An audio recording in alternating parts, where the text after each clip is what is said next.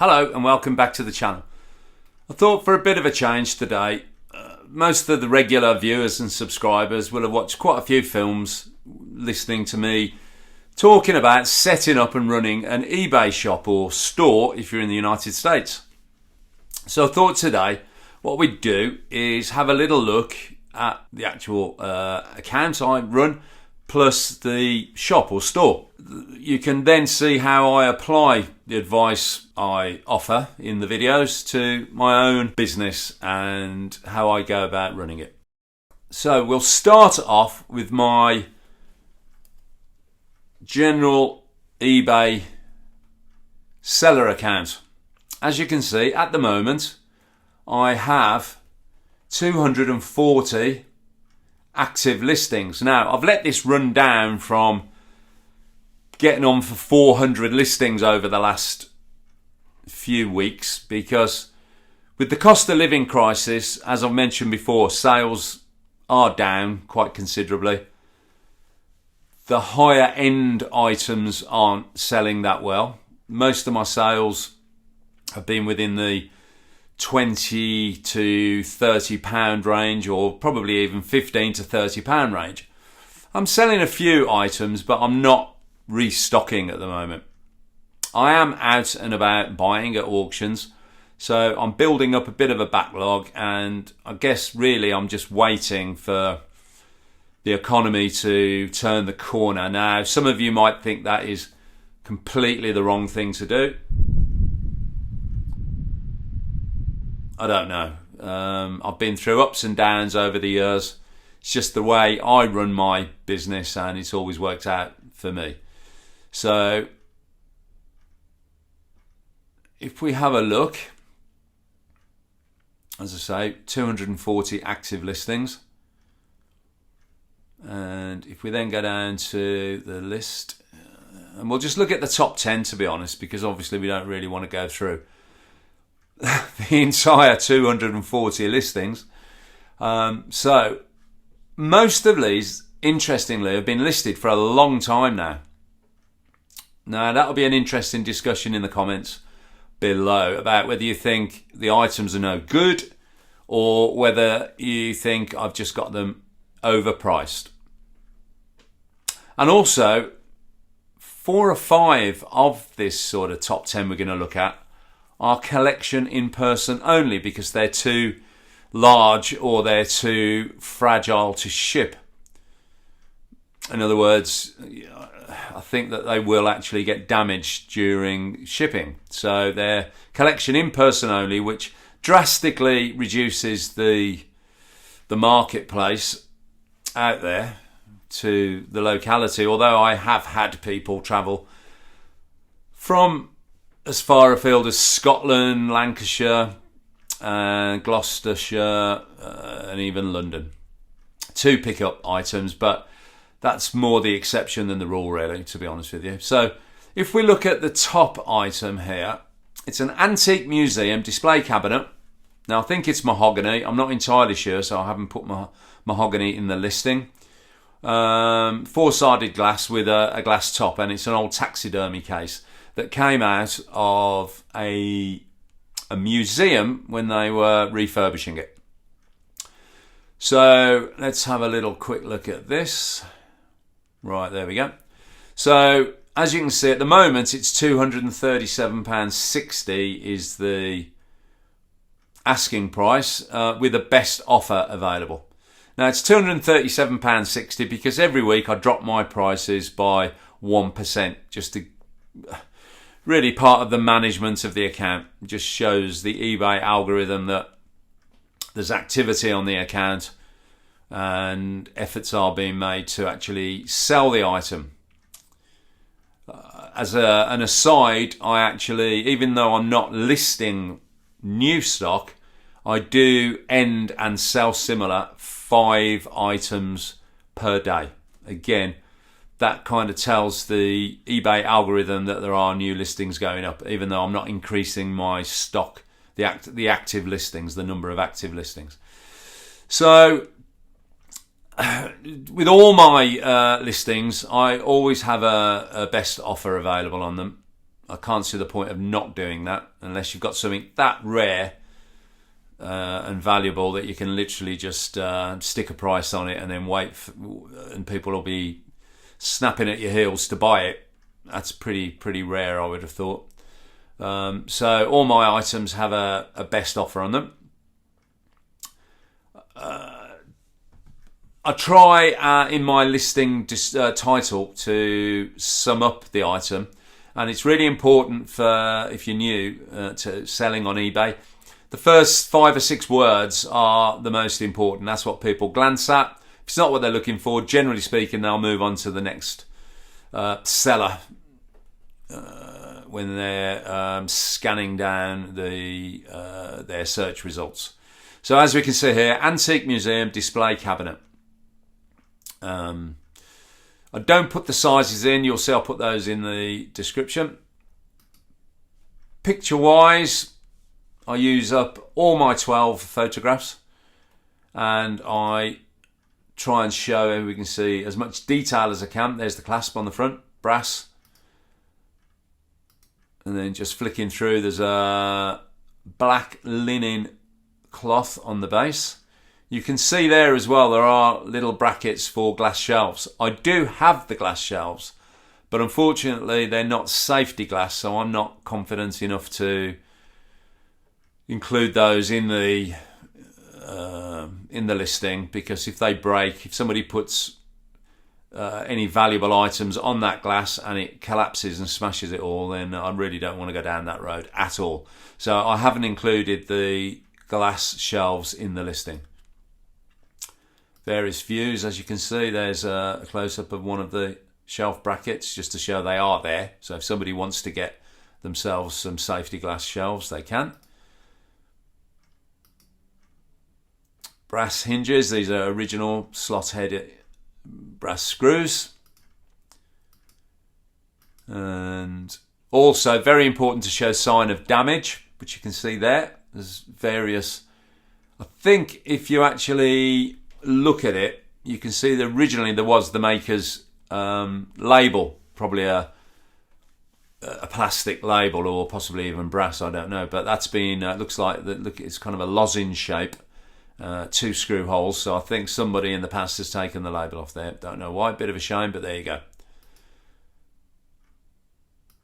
There we go, and then we're back to the actual listing.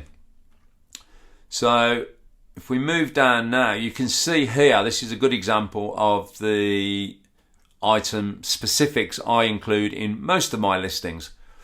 I try and fill in as many as I can, because one of the things that really rubs me up the wrong way is when I'm looking at my active listings, you get a warning saying that item specifics are missing. So I fill as many as I can in at the point of the original listing to save having to go back into it to add the listings eBay require. So you can see there, I'm not going to go through all of them. You can pause the video and have a look yourself, but I fill in as many of the details as I can.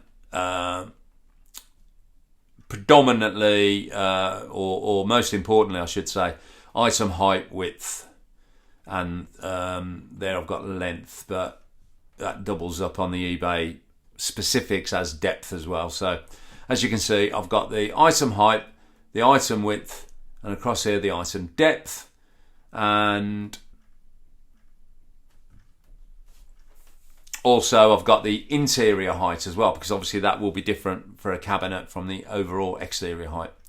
So as much of the most important information as I can include in the item specifics, and I do double up on that in the item description as well. So for example, as I've already mentioned, this item is collection only, and I've absolutely made that clear in the description as well. This item is collection only, please do not request postage.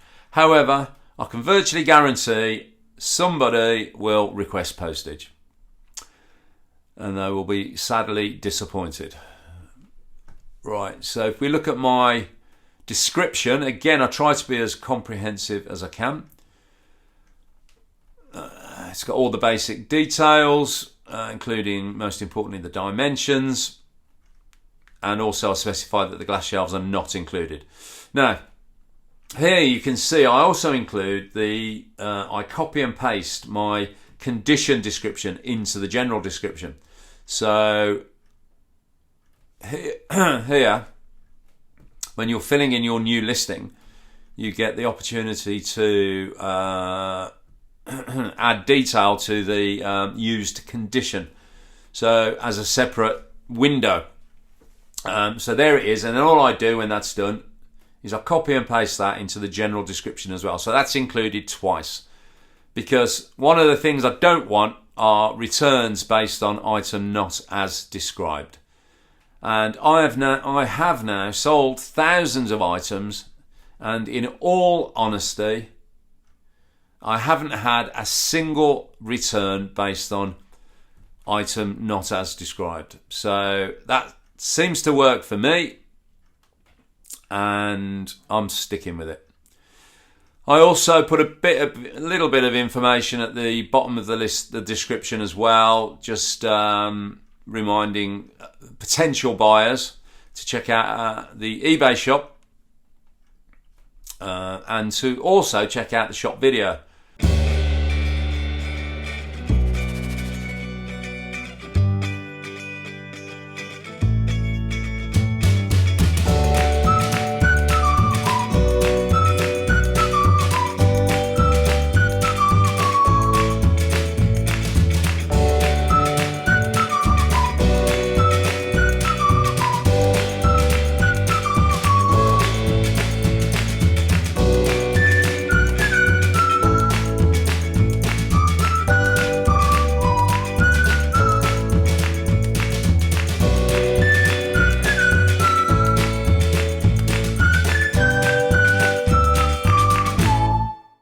There's also a bit of basic information there.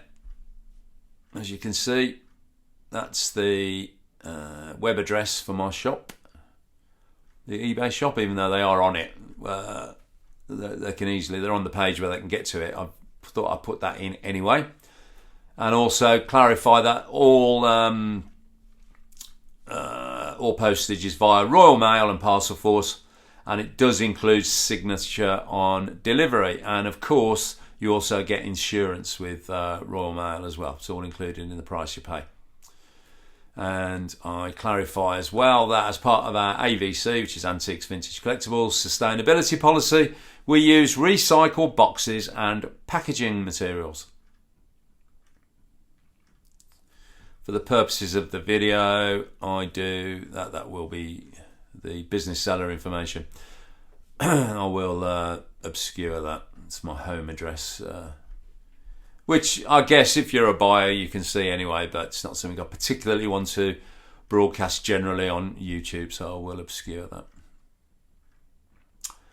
As you can see here, the returns policy, 30 days, which is fairly typical.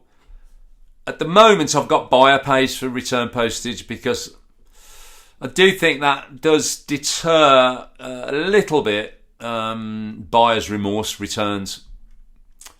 So people that want to buy something, get it, and then suddenly decide, oh yeah, just change my mind, I'll send it back. They do have to pay the return postage. And again, seems to work for me. Maybe if I put return postage paid by myself, I'd sell more, but I just know I'm asking for more returns by doing that. So at the moment, I do have a 30 days return policy, but the buyer does pay for the return unless it's obviously damaged or not as described.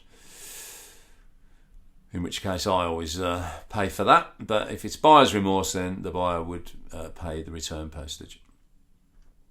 And then down the bottom, you can look at some of the seller ratings. Nice 3 examples to show you there. Perfect transaction, 2 of those, same buyer obviously, and top seller, thank you. If you want to look at my feedback.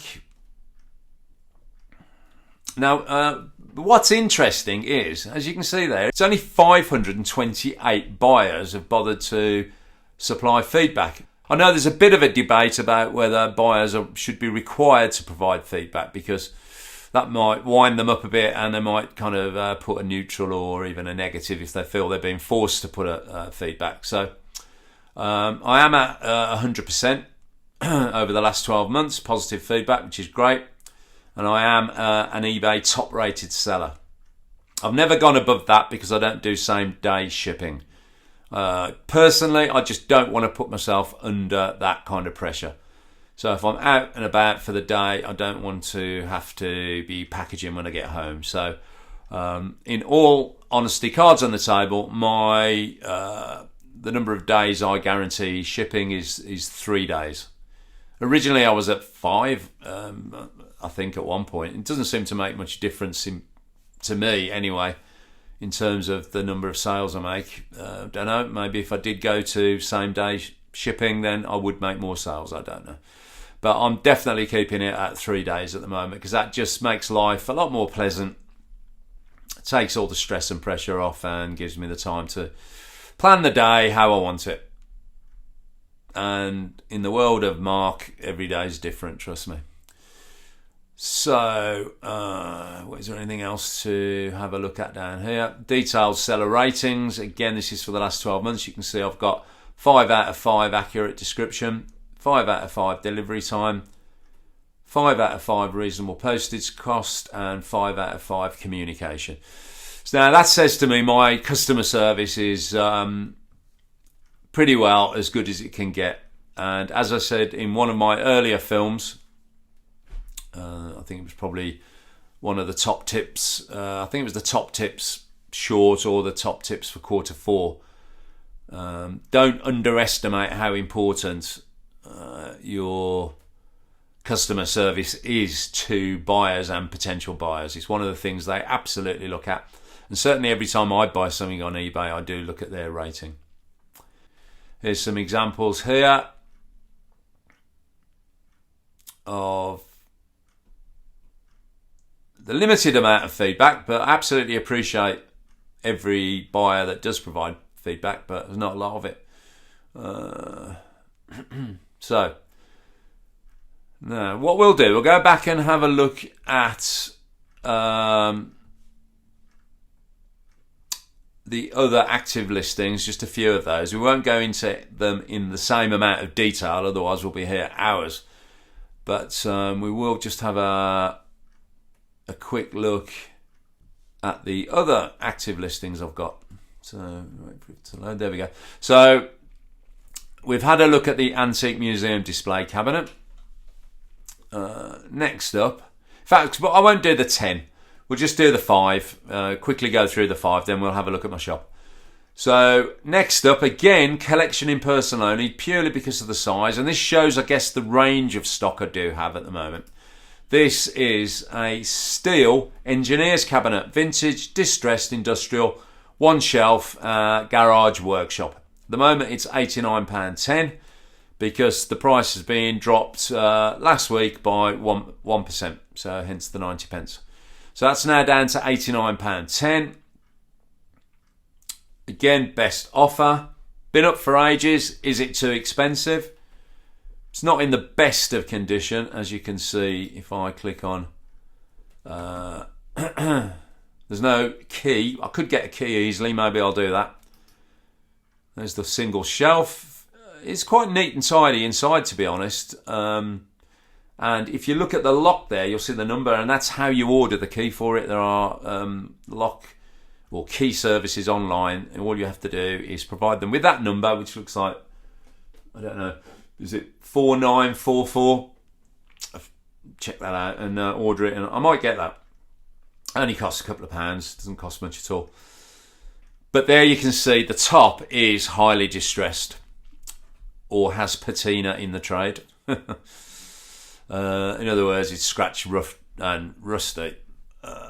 But it is what it is. It's a vintage industrial steel cabinet that's had considerable use. So I'd be a little bit more suspicious if it was pristine, to be honest. Shot of the mechanism.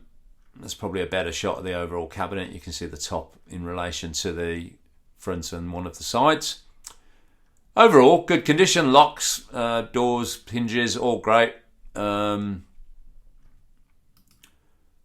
there you go, 1949.44. So I can easily get a key cut for that. Right, and so on. We won't go through every photo. And as usual, plenty of item specifics. Fairly standard. I do use, this is an important point to make. I do use a template for postage and a different template for collection only. So from this point here, where it says this item is collection only, downwards, that's all included in the template. And that saves me having to type it in or copy and paste it every single listing. So if you can, have a look at setting up templates. They're really useful, and I have one for postage and one for collection only. So let me know why you think that hasn't sold yet, and whether you agree it's the condition of the top, or it's too expensive, or is it just because it's collection only and there's just no buyer amongst 6 million people in the West Midlands. I haven't even had an inquiry about it, to be honest. It's very strange. I thought it'd be great for a trendy, either trendy sort of cabinet, or even for use in a garage or workshop. Anyway, so next up on the list, I've gone too far. There we go. So next up is this item. Vintage printing letterpress blocks, 53 of them. Various corporate and municipal designs. Now, I said municipal because they're like council, local authority and shops. And they're all from the 80s, it seems to me. It's all from the 80s, so they won't be current or anything like that. They also come in a box, and they're at £87.33. So they have been listed for a while now, and they've come down 1% per week. So that's why they're at the £87.33. Best offer. Postage, £7.05. That's always based on the weight and the size. You'll get used to that. The more you ship, the easier it is to estimate what your postage charge is. And there's only so many of them anyway. Royal Mail, their break points are weight and certain sizes. So you get in your head, you kind of know, gut feeling, that'll drop into that category and so on. So the postage on that is £7.05, mainly because of the weight. It is heavy. And that's a better photo. So there you go. So you can see it comes in an old box. It doesn't have a lid, but there you go. That's a nice photograph of the box with all the printing blocks inside them. Again, I'm not going to go through all 12 photos. There you go. Look, you can see some examples of the type of printing blocks that are there. So that one there, it's obviously backwards because it's a printing block. And it says Heart of England. Something or other. Can't quite read that. Heart of England. I don't know. It says Heart of England something, which is a kind of a corporate logo for the West Midlands. Various other designs. All sorts of that's quite nice up there. Look, the theatre block with the two masks. So yeah, there you go. Anyway, empty box, so on and so forth.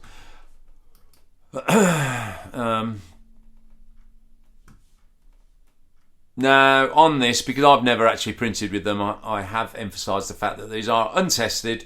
So being sold as decorative items only. I don't know whether you can print off them or not. I haven't tried them. But they are vintage, genuine. and original vintage printing letter press blocks, and there's 53 of them. Usual information down below.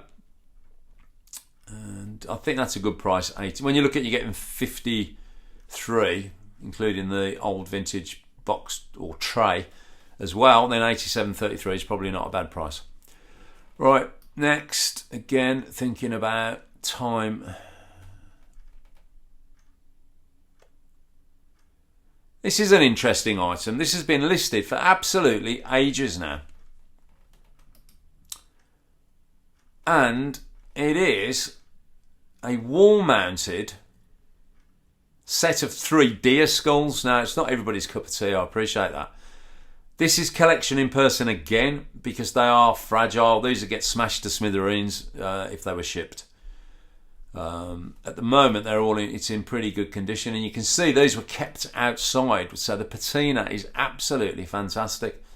Not only to the oak, I believe that's oak back panel, but to the actual deer skulls themselves. They've even got moss still growing on them, although I wouldn't guarantee that's still green now, because they've been listed for so long and they're in storage. But there you go. That's a great photograph there of the moss that was growing on them. These were kept on the outside of a shed where I actually purchased them from. So there you go. It gives you a side view of it. Again, can't emphasise how important the photographs are. You've really got to get the best photographs you can. Having said that, they haven't helped to sell this yet. So what am I talking about? I haven't got a clue. But it's always good, honestly, trust me, to get as many really nice photographs as you can. It does help sell them, in theory. And again, this item is collection only due to the fragile nature of the skulls and the usual information down below. Now, this is interesting because it's been listed for so long. It's actually got the name of my old company, which was my old business, which was Vintage Freak Limited. It was when I had a limited company. I'm now giving a bit of information away here. I'm now a self-employed sole trader. So I do need to update that, and I will straight after this film. Doesn't make any difference to the buyer in particular, other than the information about the business is incorrect. And that is currently listed at £73.51. Now, individually, these skulls sell for probably, I don't know, £15 or £20.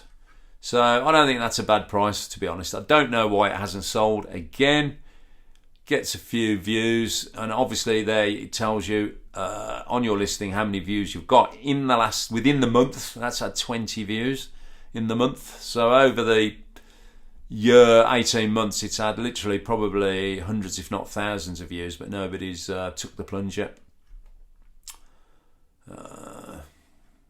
Yeah, okay.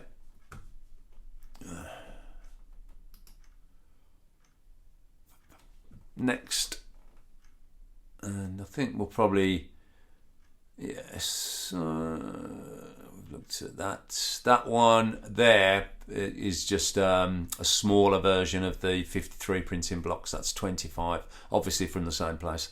25, we won't look at that. This one, interesting, had few messages, people interested in this. It's a small antique oak desk and child size, single drawer, original, completely unrestored condition, beautiful antique oak patina, as you can see. Now, this was originally listed last week at £60. 1%'s come off, as you can see there. So it's now at £59.40. No offers yet. Bit of correspondence with potential buyers. Unfortunately, they didn't live in the area, so they were having to try and sort out collection, and I think that probably ended that conversation. They could sort the shipping out for themselves. So at that point, I think that they understand why I'm not shipping it when they try and sort it themselves. Again, loads of item specifics. As much information as I can. For example, dovetail joints, drawer construction, solid and stable. height to writing surface, 70 centimetres, but also it's important to give the knee hole height, which is the height that you can actually get your knees underneath. So 58 centimetres, which is on the small side, so I am selling this as a child's. It would, of course, make quite a nice small hall table, not exactly a console table, but it would make a nice little table to put under a mirror by your front door, especially with the drawer. So again, slightly surprised this hasn't sold. I think the original listing at £60 was fair price for it. Good condition, solid, stable, sturdy. The drawer's good. I'll have a quick look. There you go. And you can... Oh, that's my phone coming through with a message. Yeah, you can see originally used probably for school. There's some ink stains inside. But overall, pretty... yeah, there's the dovetail joints on the drawer. Lovely patina, lovely antique oak patina. Original handles, in my opinion.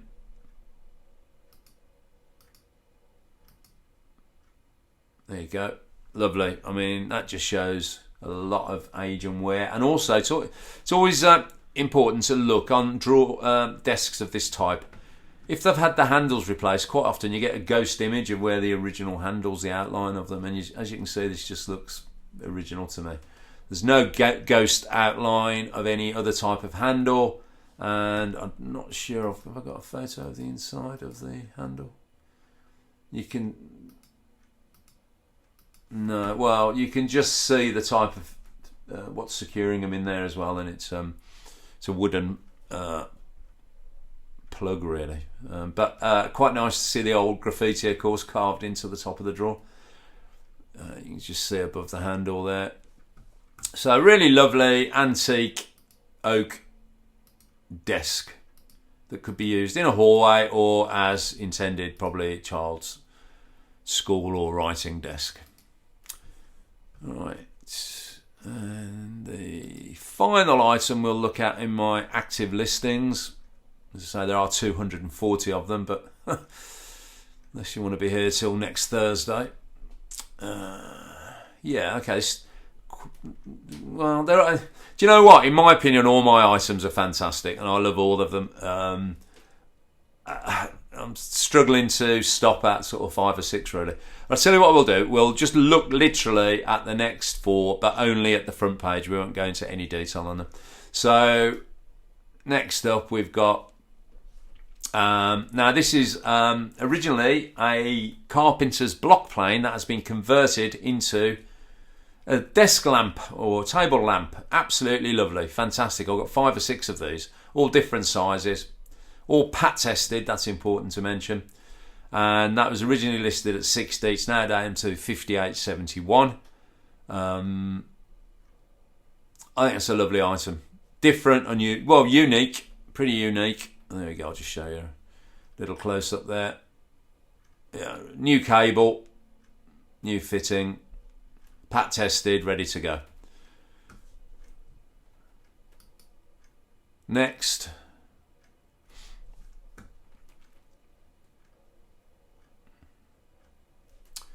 We have an absolutely lovely, really nice antique oak arts and crafts plant stand or lamp table. Definitely Victorian, 19th century era. The quality of it is beautiful, and the patina on it is the original patina. There's no damage to any of the beading around the edge that I can see, other than usual dents. It is a functional, practical piece of furniture that is 100, possibly in excess of 100 years old. But a really lovely item. And actually, there you go, there's the top. So you can see the top's pretty scratch-free as well. It's really been looked after over the years. Beautiful item. And that, I'm only asking, again, I started the listing at £60. It's down to £58.22. I am shipping it for £8.99. Now, why hasn't that sold? Please, if anybody can tell me why that hasn't been snapped up within a day or two, well, I just don't know. I mean, it is beautiful. If I had the kind of house that would fit into, I would buy that, but I don't. So that is it is for sale, and I just don't understand why that hasn't sold yet. Beautiful item.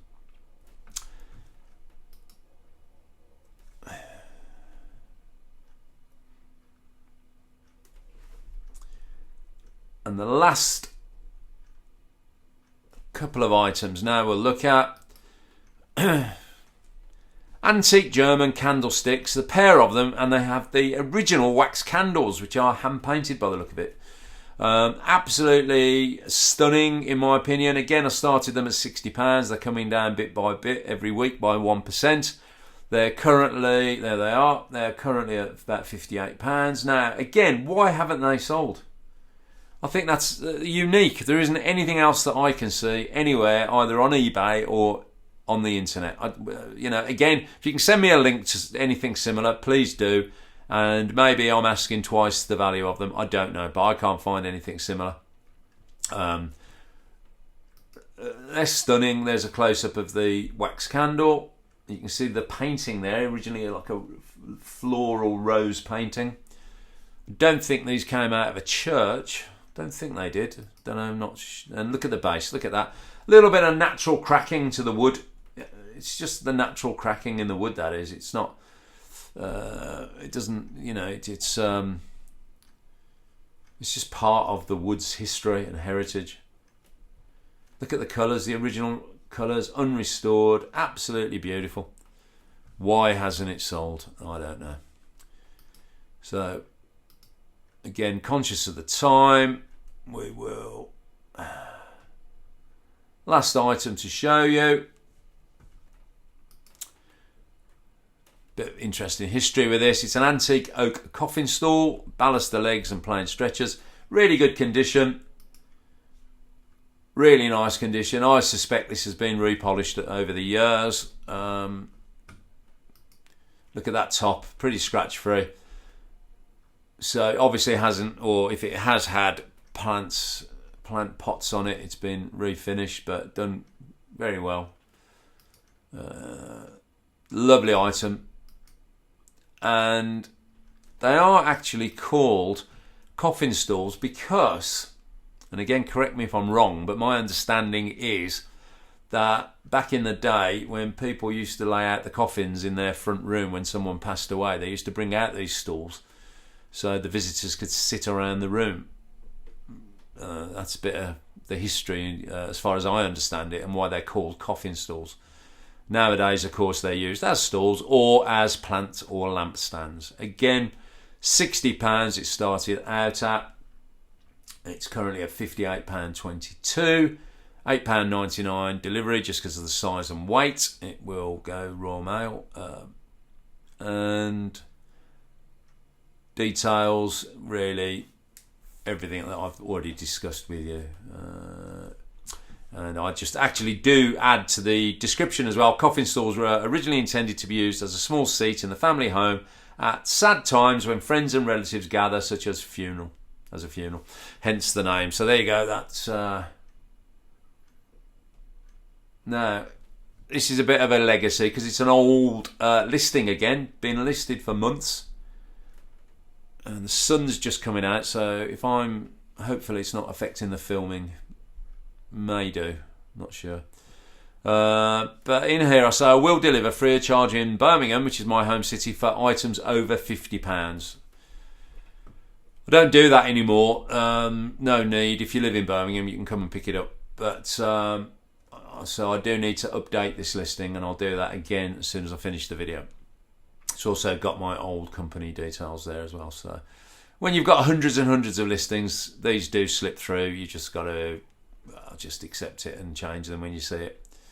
So that for now is the end of the active listings, and then what we'll do now, though, we'll have a quick look at my shop. Now, if you have a shop, you can always access it. There's a little blue door there to the next of the company or the eBay shop, eBay account name, which in my case is Antiques Vintage Collectibles 2017, which is when I first set up my official, formal, if you like, business.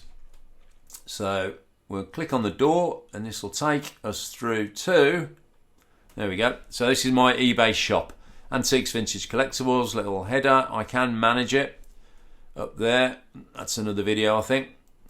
And the good thing about a shop is it enables you to feature certain categories. Well, for a start off, the shop enables you to have categories. For example, sculptures, figures and ornaments. It's easy for me to say. Sculptures, figures and ornaments. Asian and Oriental, decorative, candlesticks and chamber sticks. And it goes on and on. I've got about 15 or 20 categories in the shop. Featured items. These are items that eBay picks out to feature. Or do I? I'm not sure actually. When I manage it, you might be able to choose your featured items. But what does happen automatically is newly listed. So you can see some of the newly listed items. And I do 5 a day, whether that's actual new listings or whether that's end and sell similar. And best sellers, and these are some of the items that sell quite well, especially if they're repeat items. The shop features those as well. And then it goes down the bottom to all items, and there you can see quite one or two here, look, that we've looked at amongst the 240. There you go. Recognise one or two of these now. But a wide range, everything genuine, antique, vintage, collectible. I have, I hope it's not making you feel sick. Currently I have 185 followers. Which, it's not that many really, to be honest.